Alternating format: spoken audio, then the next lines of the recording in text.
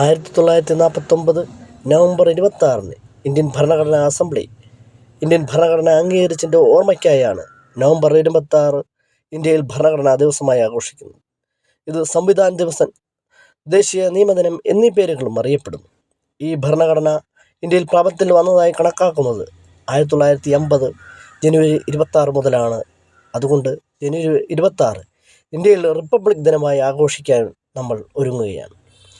Indian ഭരണഘടനാ assembly British സർക്കാരിൻ്റെ cabinet mission പ്ലാനിങ്ങിൻ്റെ ഭാഗമായിട്ടാണ് 1946 സ്വതന്ത്ര ഇന്ത്യയുടെ ഭരണഘടന തയ്യാറാക്കാനായി രൂപീകരിച്ചത്.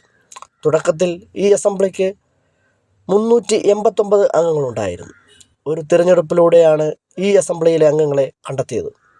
1946 ഡിസംബർ 9 ഈ അസംബ്ലിയുടെ ആദ്യത്തെ യോഗം. 1946 ഡിസംബർ 11 ഡോക്ടർ രാജേന്ദ്ര പ്രസാദ് ഈ അസംബ്ലിയുടെ സ്ഥിരം ചെയർമാനായി തിരഞ്ഞെടുക്കപ്പെട്ടു. തുടക്കത്തിൽ 389 അംഗങ്ങളുണ്ടായിരുന്നെങ്കിലും അസംബ്ലിയുടെ അംഗസംഖ്യ ഇന്ത്യ വിഭജനത്തിന് ശേഷം 299 കുറഞ്ഞു. വിഭജനത്തിന് മുമ്പുള്ള ഇന്ത്യ രാജ്യത്തിനു വേണ്ടിയായിരുന്നു ഭരണഘടന തയ്യാറാക്കാൻ കോൺസ്റ്റിറ്റ്യൂവൻ്റ് അസംബ്ലിയെ ചുമതലപ്പെടുത്തിയതെങ്കിലും പിന്നീട് ഈ അസംബ്ലി സ്വതന്ത്ര ഇന്ത്യയുടെ ഭരണഘടനാ അസംബ്ലിയായി മാറി.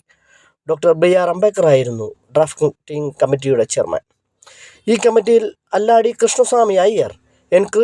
Gopalaswamy, KM Munshi, Muhammad Saadulla, BL Mittal, DP ഗെയ്ഥാൻ എന്നിവർ അംഗങ്ങളായിരുന്നു. ഇവർക്ക് പുറമെ പണ്ഡിറ്റ് ജവഹർലാൽ നെഹ്റുവും സരോജിനി നായിഡു, സർദാർ വല്ലഭായ് പട്ടേൽ, C. രാജഗോപാലാചാരി, ഗോവിന്ദ വല്ലഭ് പന്ത്, TT കൃഷ്ണമാചാരി, ആചാര്യ കൃപലാനി, ഡോക്ടർ S. രാധാകൃഷ്ണൻ തുടങ്ങിയവരും ഭരണഘടനാ അസംബ്ലിയിലെ പ്രമുഖ അംഗങ്ങളായിരുന്നു. ഭരണഘടനാ അസംബ്ലിയിലെ 299 അംഗങ്ങളിൽ 16 പേർ വനിതകളായിരുന്നു. അവരിൽ ആനിമ സ്ക്രീൻ, അമ്മു സ്വാമിനാഥൻ, ദാക്ഷായണി വേലായുധൻ എന്നീ 3 മലയാളികളുമുണ്ടായിരുന്നു. കൂടാതെ PT ചാക്കോ, ജോൺ മത്തായി, പട്ടം താണുപിള്ള, R. ശങ്കർ, പനമ്പള്ളി ഗൗതമൻ എന്നിവരടക്കം ആകെ 17 മലയാളികളും ഈ അസംബ്ലിയിലുണ്ടായിരുന്നു. 1947 ജൂലൈ 22 ഭരണഘടനാ അസംബ്ലി ഇന്ത്യയുടെ ദേശീയ പതാക അംഗീകരിച്ചിരുന്നു.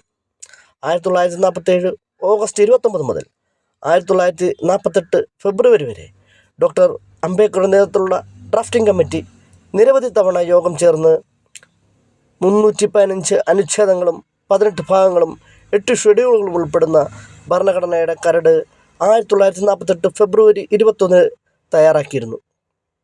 ഇത് 1948 നവംബർ 4 ഭരണഘടനാ അസംബ്ലിയിൽ അവതരിപ്പിച്ചിരുന്നു. പൊതുജനങ്ങളിൽ നിന്നും നിർദ്ദേശങ്ങൾ ക്ഷണിച്ചിരുന്നു.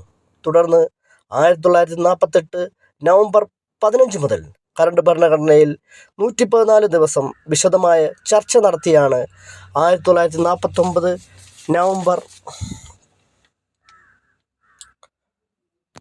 26 ഇന്ത്യൻ ഭരണഘടന കോൺസ്റ്റിറ്റ്യൂവൻ്റ് അസംബ്ലി അംഗീകരിച്ചത്. 395 അനുച്ഛേദങ്ങളും 22 ഭാഗങ്ങളും 8 ഷെഡ്യൂളുകളുമുള്ള ഒരു ഭരണഘടനയാണ് അംഗീകരിക്കപ്പെട്ടത്. ഭാരതത്തിലെ പരമോന്നത നിയമമാണിത്. 284 അംഗങ്ങൾ ഒപ്പിട്ട ഇംഗ്ലീഷിലും ഹിന്ദിയിലും എഴുതി തയ്യാറാക്കിയ ഭരണഘടന ഇപ്പോൾ ന്യൂഡൽഹിയിലെ പാർലമെൻ്ററി ലൈബ്രറിയിലാണ് സൂക്ഷിച്ചിട്ടുള്ളത്. ഇന്ത്യയുടെ ആദ്യ പാർലമെൻറ്റായി പ്രവർത്തിച്ചത് ഈ സഭയായിരുന്നു. 1947 ഓഗസ്റ്റ് 15 ഇന്ത്യ സ്വതന്ത്രയായതിനു ശേഷം ഭരണഘടന നിലവിൽ വന്ന 1950 ജനുവരി 26 വരെ ഈ അസംബ്ലി നിലനിന്നു.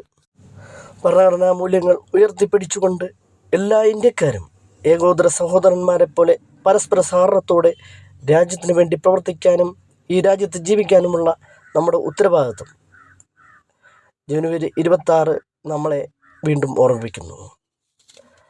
നമുക്ക് പ്രതിജ്ഞ ചെയ്യാം. We the people of India having solemnly resolved to constitute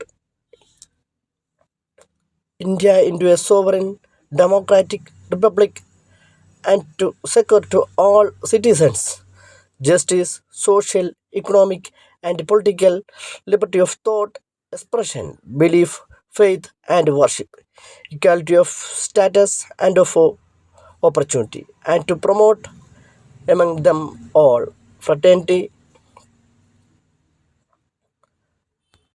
assuring the dignity of the individual and the unity of the nation.